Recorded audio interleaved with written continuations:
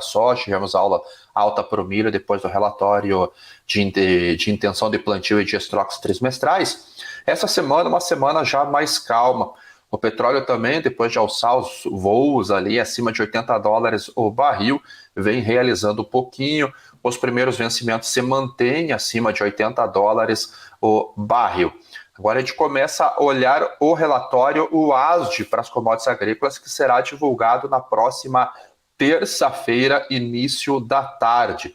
E a gente tem uma expectativa do que o número, ou quais serão os números que o Departamento de Agricultura dos Estados Unidos ele vai apresentar para o mercado. Já vamos dar uma olhadinha nas bolsas. Deixa eu encontrar a tela aqui. Só um segundinho. Tela cheia aqui. Vamos dar uma olhadinha o que está acontecendo nas bolsas internacionais hoje. Como eu disse, o petróleo hoje ele está realizando um pouquinho, mas nós vemos que ele se mantém acima de $80 o barril. Então agora ele encontrou um ponto de suporte bem importante. Saiu uma notícia hoje aqui na Reuters com relação ao petróleo, que a Índia e a China elas continuam comprando bastante petróleo lá da Rússia. E aqui vai dar para ver bem certinho num gráfico que eles publicaram, que foi uma relação que eu acho que eu comentei com vocês há uns 2 meses atrás, que havia um aumento na demanda e uma queda nos preços, porque havia uma mudança da origem desse petróleo. Como eu disse já, temos 3 benchmarks de petróleo no mercado físico, isso não é para investidor, não é para especulador, mas no mercado físico nós temos 3 benchmarks que fazem parte da formação de preços do petróleo. Tem a Bolsa de Nova York, com o petróleo CL, ele refere-se muito à realidade norte-americana, principalmente o petróleo que é produzido no oeste do Texas, na bacia de Permian, que é a maior dos Estados Unidos. Tem o petróleo Brent, que é um poço, uma região de petróleo lá na Escócia, no norte da Europa. Brent é o nome da primeira plataforma da Shell a explorar o petróleo na região, acabou dando o nome ao ativo. E o petróleo Brent ele é usado como benchmark para as negociações dentro da Europa preferencialmente, e o Brasil também utiliza o Brent para ter a noção do PPI da gasolina, ele acaba tendo essa arbitragem. Mas para a África, para a Ásia e Oriente Médio, a principal bolsa, o principal benchmark do petróleo é Dubai, ali que é o centro de negociação do petróleo. Até a Rússia mudou agora, numa maneira de driblar as sanções, driblar o teto de preços impostos pela União Europeia, mudou esse benchmark agora para Dubai. E ela aumentou as vendas, deve aumentar as vendas ainda para a Índia e para a China, mudando simplesmente o referencial de formação de preços, sai do Brent, acaba indo para Dubai. E esse gráfico que está colocado na tela aqui, ele mostra claramente como houve um aumento nas importações de petróleo este ano pela Ásia. Então nós vemos aqui, por exemplo, deixa eu aumentar aqui, em fevereiro do ano passado, agora aumentou demais. Fevereiro do ano passado, nós tivemos um volume de importação muito menor do que nós tivemos em fevereiro desse ano. Nossa, aqui aumentou muito. Deixa eu voltar ali para a planilha, fazer só no notebook é diferente. Então nós vemos aqui que em fevereiro do ano passado foram importações menores do que fevereiro deste ano. E este ano, especificamente, começando ali no mês de novembro, houve uma intensificação desse fluxo de petróleo em milhões de barris por dia. Segundo o levantamento aqui da Refinitiv Oil Research, essas empresas compraram o equivalente a 27,6 milhões de petróleo por dia. E aqui nós vemos como as cotações do Brent, eles acabaram iniciando um movimento de queda no meio do ano passado, que perdurou até hoje. E aí, após o corte, o anúncio de mais um corte na meta de produção da OPEP, os preços voltaram a subir.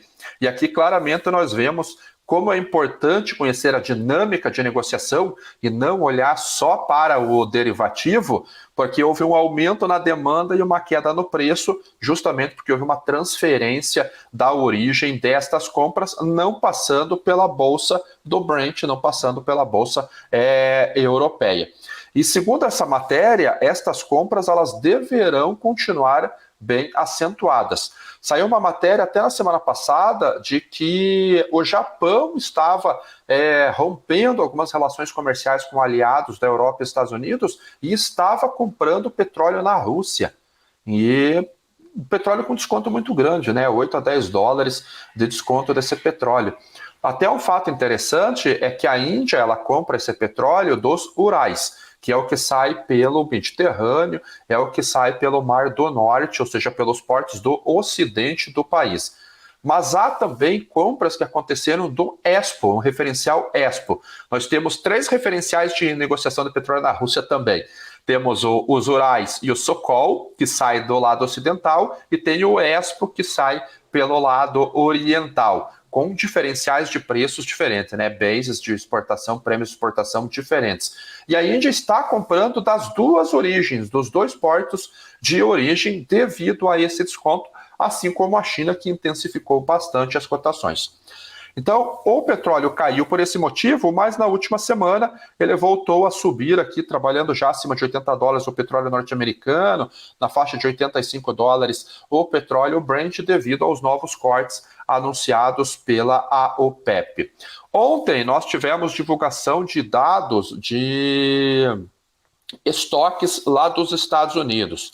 Vamos ver yesterday, commodities, e houve uma queda destes estoques, houveram uma queda desses estoques, como foi antecipado pelo API na última terça-feira também.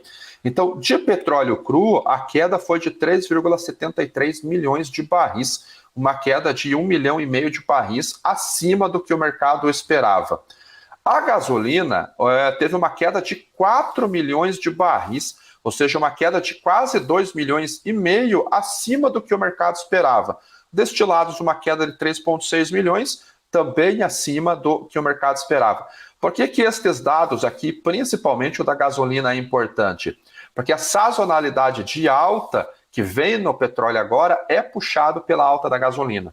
Então, se nós temos estoques em queda e nesse período deveria haver um aumento desses estoques, porque é o período que é feita a formação do estoque para ser consumido durante o verão, nós estamos tendo queda, então quer dizer que há uma chance muito boa dos preços reagirem a estes estoques mais baixos se esta demanda se apresentar no meio do ano. O que poderia impedir essa demanda de se apresentar? Eu acho que seria só se houvesse um aumento do desemprego nesse curto prazo, houvesse algum problema econômico que encarecesse demais o preço do combustível, que chegasse ao ponto de destruir a demanda, de limitar a demanda. De qualquer maneira, a sazonalidade é o fundamento mais forte de qualquer commodity, porque é o momento que você tem ou um aumento ou uma redução na oferta ou na demanda. Então ele manda muito no movimento de preços, por isso que eu ainda sou altista para o petróleo para o meio do ano, justamente aproveitando esta sazonalidade de alta. Deixa eu ver se está tudo certo por aqui, tudo certinho. Vamos já para o café, vamos ver como que está o café. O café que está tendo sustentação de preços, né? Ontem a gente viu que ele estava operando em alta, ele fechou em alta ontem, uma alta bem expressiva também. Opa, cadê o meu gráfico? Sumiu o meu gráfico, voltou o gráfico. E hoje ele está realizando um pouquinho essa cotação a 179,5 centavos de dólar por libra-peso, próximo vencimento 178, e o vencimento, que é o mais importante para a safra brasileira, aqui 176,6 centavos de dólar por libra-peso. O que acabou atrapalhando as negociações do mercado físico de ontem do café? Esse camarada aqui. Ontem o dólar chegou a testar os R$ 5,02, voltou um pouquinho no final do dia, encerrou a R$ 5,03. Ou seja, aquela expectativa geral do mercado, a maioria do mercado, ela acreditava na queda da taxa de câmbio, e ela continua acreditando na queda da taxa de câmbio. Grande parte colocam ali como um alvo na faixa de 4,80 agora para o curto prazo. E aparentemente, pelo que nós temos visto nos movimentos, há uma boa chance realmente das cotações virem para esses patamares de 4,80. Deixa eu mudar o layout da página. aqui para ficar melhor para vocês visualizarem. Ele pode vir realmente próximo a esse 4,80. Agora nós vamos depender de como que será o arcabouço fiscal verdadeiro apresentado na próxima terça-feira, segundo a Simone Tebet. Se vier algo que não seja muito assustador, realmente o mercado tem potencial de realizar mais um pouquinho aí, empurrar essa taxa de câmbio à vista um pouquinho mais para baixo. A balança comercial nossa tem apresentado um saldo positivo muito bom. Os volumes de exportação de grãos, agora que eles começam a ganhar ritmo, até a soja, que é o principal produto exportado pelo Brasil, nós chegamos a 13 milhões nesse mês de março, a mais 13 milhões já nomeadas já para embarque nesse mês de abril, já há mais de 1 milhão nomeados para embarque em maio. Então agora nós ganhando ritmo nas exportações brasileiras, como o volume de importações é menor no primeiro semestre e maior no segundo semestre, este saldo da balança comercial tende a empurrar as cotações para baixo, claro, excluindo desta análise ali qualquer problema político, qualquer anúncio meio maluco, como foi feito ontem, numa suposta retirada do PPI para a formação de preço da gasolina por um político. A Petrobras veio e disse que não estava sabendo de nada, a cotação da Petrobras foi lá para baixo, depois voltou. É uma loucura, né? Eles não se acertam naquilo que eles acabam falando, né? Mas essa queda na taxa de câmbio prejudicou os preços em reais aqui no Brasil, e não só para o café, de todas as outras commodities são negociadas, milho, soja, também acabou recebendo esta pressão. Indo ainda para uma soft commodities, vamos para o açúcar, que o açúcar ele continua em alta. Deixa eu colocar aqui o açúcar acima, que fica mais fácil para nós visualizarmos do que ali no canto. O açúcar ele também está trabalhando em alta, já bateu agora 23 centavos de dólar por libra-peso. O balanço do açúcar ele é apertado nesse curto prazo ainda. Basicamente é o Brasil que tem oferta agora, nesse momento.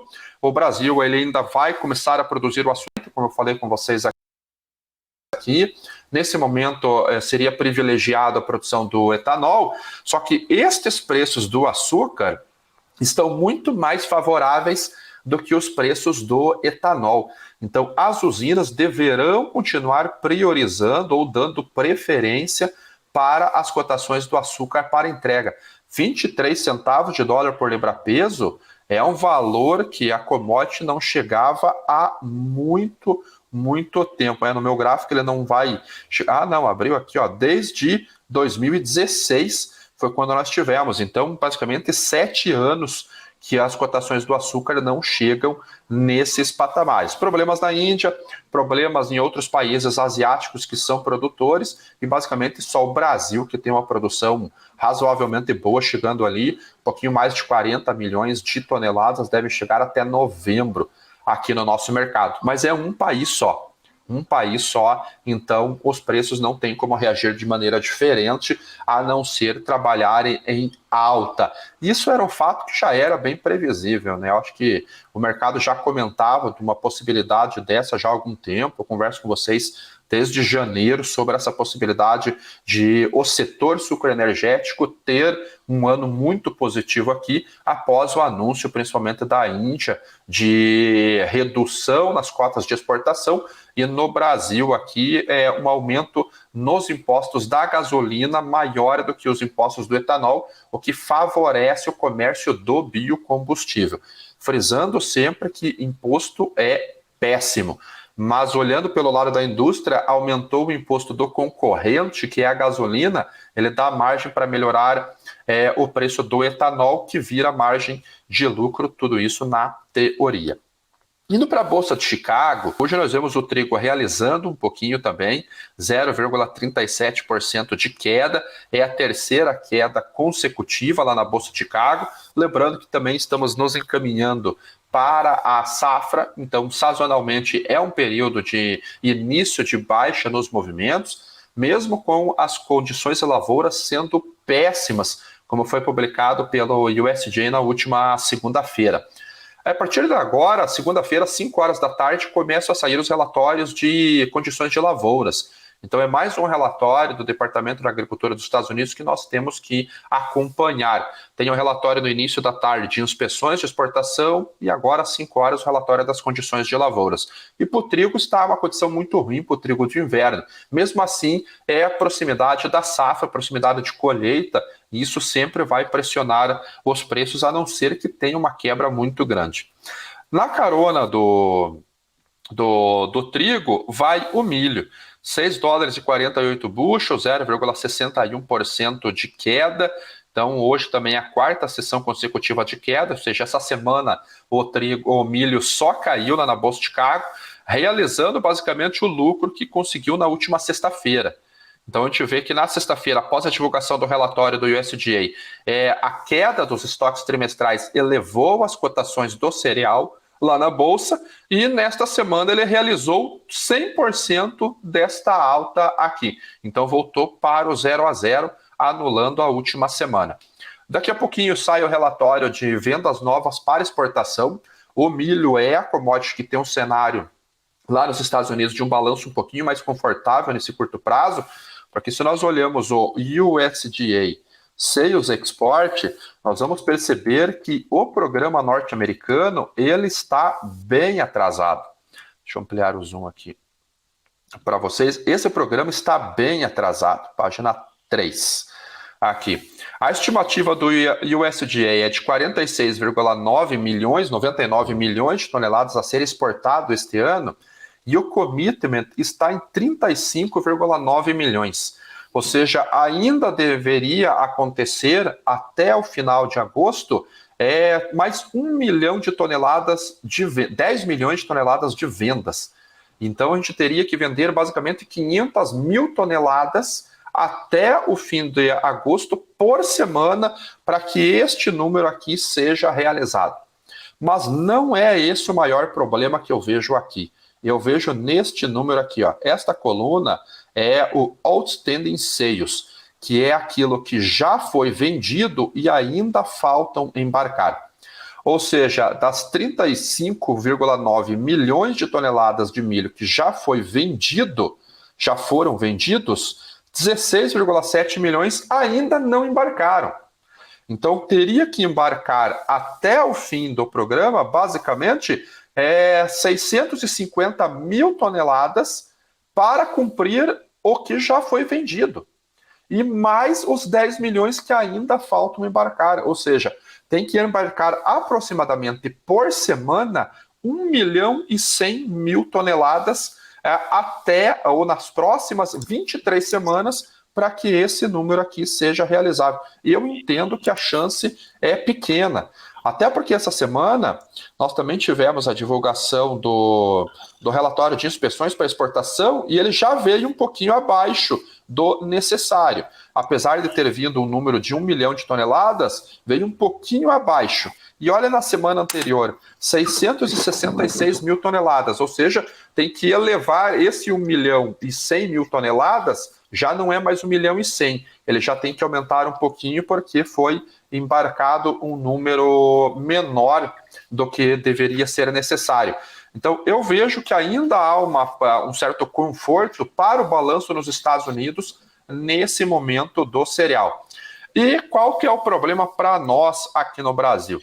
Se nós tivermos, eventualmente, queda no preço nas cotações lá da Bolsa de Chicago e tivermos queda na cotação da taxa de câmbio, ele vai invariavelmente afetar o preço do milho aqui no Brasil pela formação de preço, pela paridade de exportação.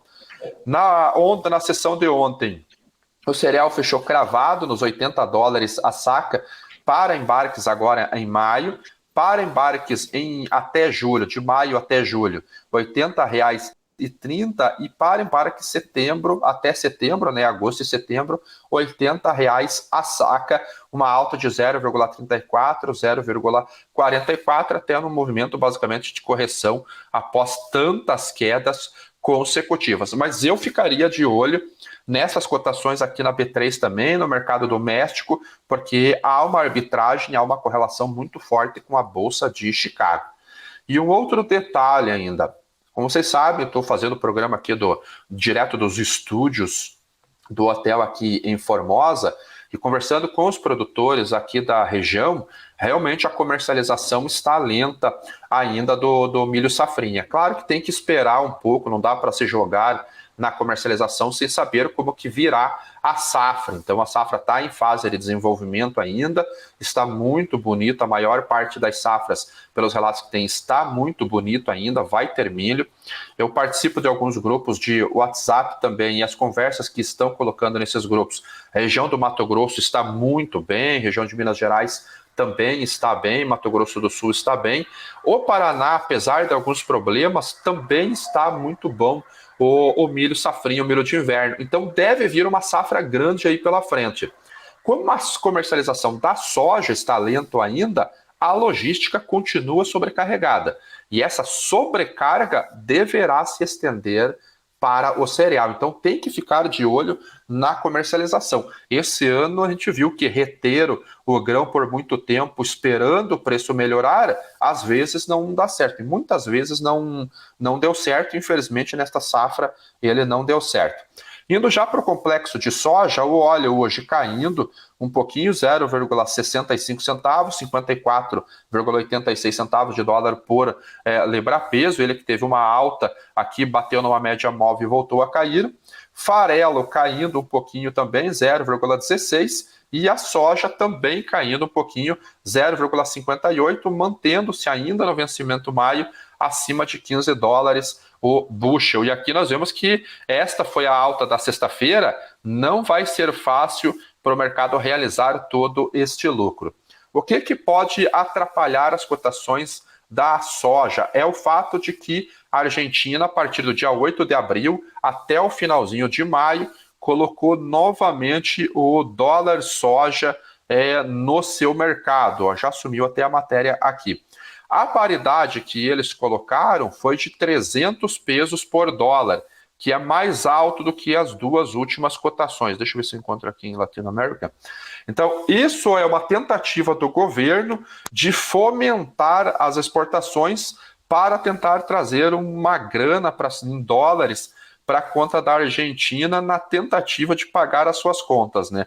O FMI ele vai fazer mais um empréstimo para o país, então a Argentina precisa de dinheiro. Uma das maneiras dela fomentar o produtor ou incentivar o produtor a fazer a venda é justamente mudar a paridade. Eu não sei atualmente quantas paridades tem na taxa de câmbio do país, mas sempre que eles lançaram esse programa para a soja, acabou realmente fomentando, o produtor foi para a venda, realizou esse processo, aumentou a oferta e de alguma maneira acabou afetando um pouquinho as cotações lá na Bolsa de Chicago. Eu acabei perdendo, opa, tá aqui, ó. Tá aqui, ó, 300 pesos por tonelada, tá a matéria, vai valer do dia 8 de abril até o dia 31 de maio. Então, possivelmente pode haver uma oferta maior vindo lá da Argentina. Indo para os fretes, para nós fecharmos, nós estamos tendo alta dos fretes, porque está tendo uma procura por navios Panamax, que são os navios que transportam grãos. Então nós vemos aqui que esta é a categoria do Panamax, uma alta de 5,16% já, 1.813 pontos é a alta. Isso deve equivaler aí a um demurrage, uma diária de um navio de aproximadamente 22 mil dólares. Então nós vemos aqui por esse gráfico que este é o maior preço desde outubro do ano passado. Então houve aquela queda muito forte dos preços e agora eles se recuperaram realmente por uma demanda maior por navios. Se o petróleo também continuar o viés de alta, tiver esse aumento de preços, ele pode aumentar o frete pelo encarecimento do custo de manutenção da máquina, tanto pelo bunker marítimo, que é o combustível que a embarcação utiliza para navegar, quanto pelo óleo diesel que alimenta o maquinário interno. Para o minério de ferro, eu sei que vocês gostam de acompanhar também minério de ferro, também uma alta de 4,82%, 1.957 pontos, também recuperou um pouquinho, mas aqui no mesmo nível do início de março desse ano e também do início de janeiro de 2023. Então, um cenário um pouquinho diferente para as cotações de frete do minério de ferro. Na próxima sexta-feira saem os dados do USDA, como eu comentei com vocês, né? Próxima terça-feira. O que nós podemos esperar para este dado de terça-feira? Uma atualização nos estoques dos Estados Unidos, tanto para milho quanto para soja, para trigo e para algodão. Se vier uma redução no número da Argentina, que hoje está estimado em 33 milhões de toneladas, o USDA trouxer para 25 e também reduzir os estoques dos Estados Unidos, lá nos Estados Unidos ele pode vir abaixo de 5 milhões de toneladas, o que é um fator bem altista para as cotações da soja, e globalmente a gente pode ter estoques abaixo de 98 milhões de toneladas, que também é apertado. Isso coloca um viés altista para os preços na Bolsa de Chicago. Preço no Brasil tem dólar e tem prêmio nessa cotação também, assim como a logística. Para o milho, o cenário é parecido, mas um pouco diferente, porque tem que fazer uma atualização nos números da Argentina, reduzir esses números também. Tem que fazer uma atualização nos estoques, se ele for seguir o USDA da última sexta-feira. Só que ele pode diminuir o programa de exportação norte-americano por esses números que eu mostrei para vocês aqui, um programa muito lento ainda. Dificilmente o país vai conseguir cumprir aquele programa integralmente. Então, os Estados Unidos podem baixar os estoques da Argentina e aumentar os estoques norte-americanos, mesmo com a baixa da última sexta-feira, reduzindo o programa de exportação. Isso passa a ser negativo para as cotações. Isso a gente vai saber na próxima terça-feira, início da tarde, ok? Então, deixa eu ver se eu dou uma olhadinha nas perguntas que nós temos. Antes disso, pessoal, vamos dar o like, por favor. O like é importante, ó, cabelinho na regra. Isso aí faz algum dia já. Continua acreditando em soja $16 o bushel? Continuo sim, Maico. Eu acho que há uma boa possibilidade dela vir ali. O que vai depender do ritmo de plantio lá nos Estados Unidos. Se houver um clima mais quente e seco, que é a previsão agora, esse pico de preços pode ser atingido no comecinho de junho, porque maio é o mês que mais há um maior desenvolvimento dos trabalhos de campo. Se o clima der qualquer azedada lá nos Estados Unidos, porque esse ano, mais uma vez, a margem é muito pequena, esse preço ele pode sim, ele tem potencial de voltar para $16 o bushel. É uma chance menor do que eu acreditava anteriormente, mas eu acredito que há uma possibilidade sim dele chegar lá. Aí, ó, Feliz Páscoa para todo mundo, obrigado. Fábio, o cobre bateu. Eu não faço análise do cobre aqui, Fábio, que um programa 100% voltado para o agronegócio. O cobre eu teria que dar uma estudada ainda, não estou fazendo essa cobertura no momento. Então, é isso daí, pelo que vi não tem mais perguntas, então voltamos na próxima segunda-feira, no Primeira Hora do Agro. Todos tenham uma ótima quinta-feira, um ótimo final de semana, feliz Páscoa para todo mundo, fiquem bem